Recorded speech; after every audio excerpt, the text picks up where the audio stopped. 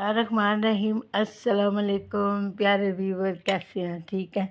रात को मैंने चने की दाल बनाई थी, तो चने की दाल थोड़ी सी बच गई थी, तो मैंने क्या किया कि इसमें थोड़ी सी खिचड़ी बना लिया। तो अब इसके ऊपर मैं थोड़ा सा कच्चा प्याज डालने लगी हूँ। बिस्मिल्लाहिर्रहमानिर्रहीम।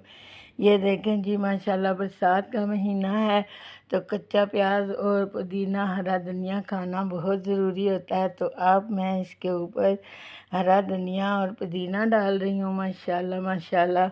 ये देखें जी, ये बड़ा ज़बरदस्त मसाला हो गया, सही तैयार हो गया। अब मैं आपको ये टेक्चर इसका दिखाती हूँ। ये बड़ा ज़बरदस्त बन गया है। अब मैं आपको चख के बताती हूँ कि ये खिचड़ी बनी कैसी है। बिस्मिल्लाहिर्रहमानिर्रहीम। माशाल्लाह, ये बड़ी ज़बरदस्त बन गई है। अच्छी लग जाए तो शेयर करें, लाइक करें, सब्सक्राइब करें। अपनी दुआओं में याद रखें। अल्लाह हाफिज़।